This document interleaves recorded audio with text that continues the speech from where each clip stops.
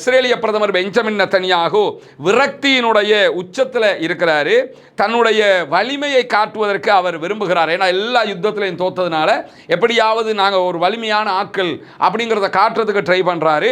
லெபனானில் ஏற்பட்டிருக்கக்கூடிய இந்த பதட்ட அதிகரிப்பு என்பது ஈரான் அமெரிக்காவுக்கு இடையில் நடந்து வரக்கூடிய பேச்சுவார்த்தைகளில் மிகப்பெரிய பின்னடைவை உண்டாக்கும் என்பது இஸ்ரேலிய பிரதமர் பெஞ்சமின் நெதன்யாவுக்கு நன்றாக தெரிந்து இந்த உடன்பாட்டை சீர்குலைப்பதற்காகத்தான் லெபனான் மேலே அவர் தாக்குதல்களை நடத்துகிறார் என்று சொல்லி அல் ஜசீரா இன்றைக்கு வெளியிட்டிருக்கக்கூடிய ஒரு விரிவான ஆர்டிக்கல்ல சொல்லியிருக்கக்கூடிய செய்திகளையும் நம்ம பார்க்க முடியும். இப்படியான சூழல்ல தான் இன்றைக்கும் கிட்டத்தட்ட 200க்கும் மேற்பட்ட இஸ்ரேலிய ஆக்கிரமிப்பு யூதர்கள் மசூல் அக்ஸாவுக்குள்ள நுழைந்து இஸ்ரேலுடைய தேசிய கீதம் என்று சொல்லக்கூடிய பாடலை மசூல் அக்ஸா வளாகத்தில் இஸ்ரேலுடைய கொடியை வச்சுக்கிட்டு பாடி இருக்கக்கூடிய காட்சிகளை நம்ம பார்க்க முடியும்.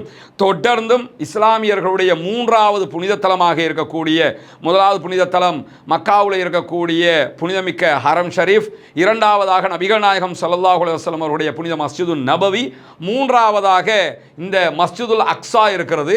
இந்த மஸ்ஜிதுல் அக்ஸாவுக்குள்ள தொடர்ந்து யூதர்கள் இந்த அநியாயத்தை பண்றது எதுக்குன்னா இஸ்லாமியர்களுடைய நெஞ்சில் குத்த வேண்டும், உலக முஸ்லீம்களுக்கு நிம்மதியை கொடுக்கக்கூடாது, இப்படியெல்லாம் பண்ணும்போது அவங்களுக்கு வலிக்கும்ங்கிறதுக்காக தொடர்ந்து இந்த யூதர்கள் இந்த காரியங்களில் ஈடுபட்டு வரக்கூடிய சூழல்ல தான் இன்றைய தினம் திடீரென ஈரான் குவைத்தினுடைய சில பகுதிகள் மேலே தாக்குதல்களை நடத்தி இருக்கிறது. குறிப்பாக ஈரானுடைய கிரிக் தீவுகள் மேலே தாக்குதல்கள் நடத்தப்பட்டிருந்தது. அந்த கடந்த வாரம் நடத்தப்பட்ட தாக்குதல், இந்த தாக்குதல்களை அமெரிக்கா நடத்தி இருந்தது. அதுவும் குவைத்தில் இருக்கக்கூடிய அமெரிக்காவுடைய பேஸில் இருந்து தான் இந்த கிரிக் தீவுகள் மேலே அமெரிக்கா தாக்குதல்களை நடத்தி இருந்தது. இதற்கு பழி தீர்ப்பதற்காக பதிலடியாக இன்றைக்கு ஈரானுடைய IRGC இஸ்லாமிய புரட்சிகர காவலர் பிரிவு இராணுவ பிரிவு என்ன பண்ணாங்கன்னா ராக்கெட் தாக்குதல்களையும் ஏவுகணை தாக்குதல்களையும் குவைத்தில் இருக்கக்கூடிய அமெரிக்காவுடைய பேஸை நோக்கி நடத்தி இருக்கிறார்கள். எந்த தளத்தில் இருந்து அமெரிக்காவுடைய பேஸில் எந்த தளத்தில் இருந்து ஈரான் மீது தாக்குதல் நடத்தினார்களோ அந்த தளத்தின் மீது நடத்தப்பட்ட தாக்குதல்களில் இன்றைக்கு பலத்த இழப்புகளை அமெரிக்கா சந்தித்திருக்கிறது என்கிற செய்திகளும் வெளியாகி இருக்கிறது. குறிப்பாக தொலைத்தொடர்பு கோபுரம் மீது தான், ஈரானுடைய தொலைத்தொடர்பு கோபுரம் மீது தான் அமெரிக்கா தாக்குதல்களை நடத்தி இருந்தது. அதற்கு பதிலடியாகத்தான் அமெரிக்காவுடைய விமான தளம் மீது IRGC தாக்குதல்களை நடத்தி இருக்கிறது.